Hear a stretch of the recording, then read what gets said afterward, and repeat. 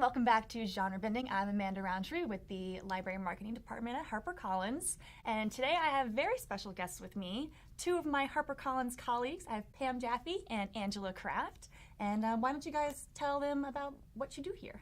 Okay, my name is Pam Jaffee. A special hello to all the librarians out there.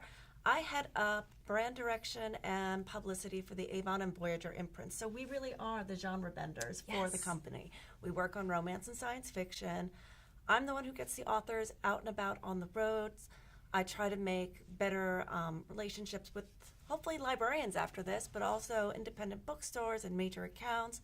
I work on conventions, I work on partnerships, and work in tandem with Angela building promotions and contests to help support the authors and basically improve our outreach direct to consumers and pitch media. So we're never bored. Never. A lot of hats there. Yes. And I'm Angela Kraft. I'm Associate Director of Marketing for Avon and Voyager, and that means that I also wear a lot of hats. I handle our social media presence on places like Facebook and Instagram, and I'm always plotting new ideas for how to get the word out directly to consumers again, as well as assisting our authors. I help them with how can they best use these platforms to promote themselves to consumers and to librarians. Awesome. So since you both work so heavily with romance and sci-fi and fantasy and all that, what do you enjoy most about working with genre fiction?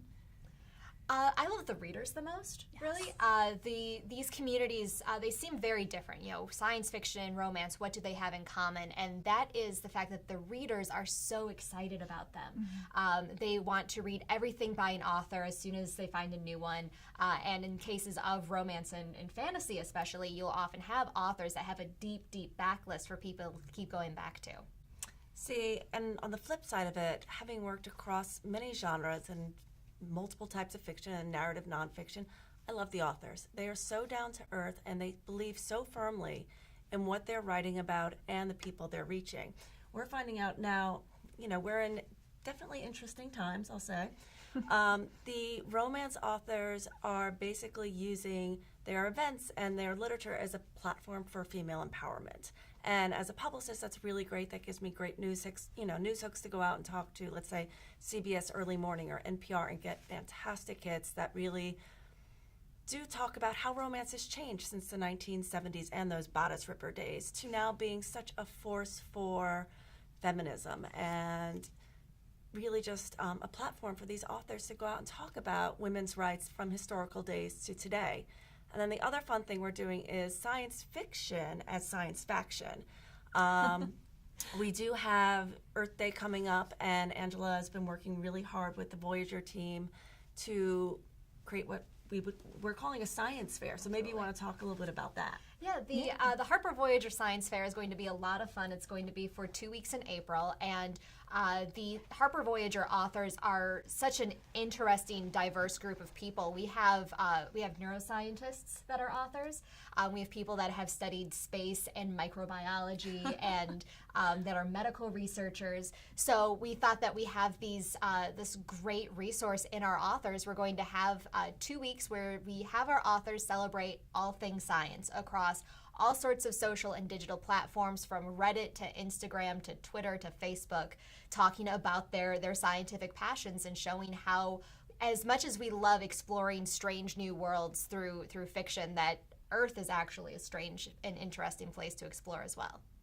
And they're so much fun to work with, and they work so fast. Something I actually wanted the librarians to know more about and maybe help us spread the word. We have two who are park rangers. Yes. And when the Alt National Park Rangers hit the Twitter feed, these two authors, Laura Bickle and Emily Martin, thank you, both have Jeep Park roots. They wrote short fiction that really celebrated park rangers, and we got it out thanks to Angela across all the Harper Voyager platforms. But then the publicists leapt into action and got media to support them as well. And they're really sweet, sweet little pieces of fiction that do Emily showcase. Martin's made me cry. Yes. Yes, it really did, and they do celebrate the park rangers, and that's just one small aspect of science. Another one we have is Becky Chambers. She's going to be going down to Orlando shortly to speak with an astronaut. So that's really cool. She'll be at the Kennedy Space Center, and that's something that we'd actually like to get out on Facebook Live. We're always trying to do something interesting and different. Absolutely. And she's a space geek, so she is out of her mind excited on this. Yes, absolutely. So, very important aspect here. What are your top picks for the summer and fall coming up? What are your I favorite seem books? to have hit more of the summer books, so I'll start out. Richard Kadrey is out with a new Sandman Slim book. He is back. It's dark. It's very Mad Max, so if that says anything to you. The Kill Society, it's out June 6th. And then Julia Quinn is doing something really different. I love Julia Quinn. Really different. I know, like, that's the one that you're expecting to hear about from Avon, but I was actually emailing with Betty Lee Fox all weekend long because I sent her the manuscript of The Girl with the Make-Believe Husband on the sly as soon as I got it. She's like, oh my God, it's so much different than anything she's ever written. She's like, it was so tender and it was heartfelt. And here's the thing. It takes place, of course, in Edwardian period. These are the Bridgerton kind of forebears, but this story takes place in colonial, or actually revolutionary New York. So it's really cool. It'll appeal to anyone who's into the overriding Hamilton mania right now, because it shows what the British life here was like during the Revolution and the dangers of being a Brit here in New York during the Revolution. So it was stunningly well read and written, and I think you guys are all going to go gaga over it. Yes, definitely.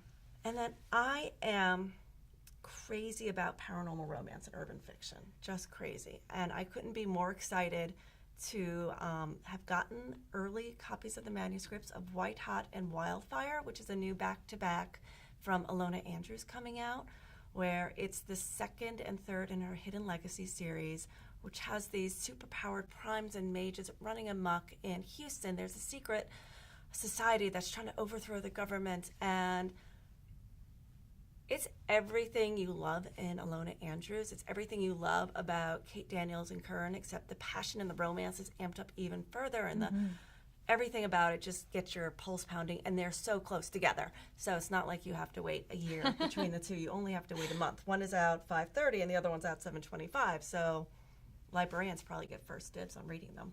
Yes, I know there's a lot of librarian love going on for White Hot on Edelweiss right now. So check out the e-gallery. There's still time. Yeah, there still is, and Wildfire's going up. Yes. So yeah. I'm so excited. Ilona Andrews is one of my favorites for paranormal romance. So she's so good. Well, continuing with the romance theme, there's an author that I know is familiar to your viewers, Sarah McLean.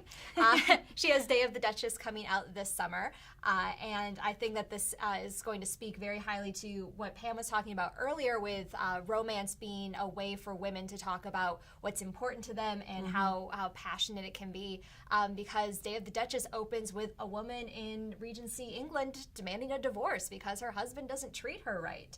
And so there's this wonderful, the man's going to have to literally get on his knees and beg for this woman to take him back while she makes her own demands of how a woman should be treated and how she should be respected. And just an interjection on the Sarah front, because I know she's been with you on this program on genre bending. Yes. She also wants to talk to librarians more about romance as resistance. So if you're at all interested in connecting with this author, she's super friendly and has a platform that she wants to share specifically with librarians. yes, so definitely stay tuned for more from her. And if you haven't checked out her interview on genre bending, definitely do that. It's available and up now. So and she talks a lot more about Day of the Duchess and her thoughts on romance. Very cool interview. It's a lot of fun.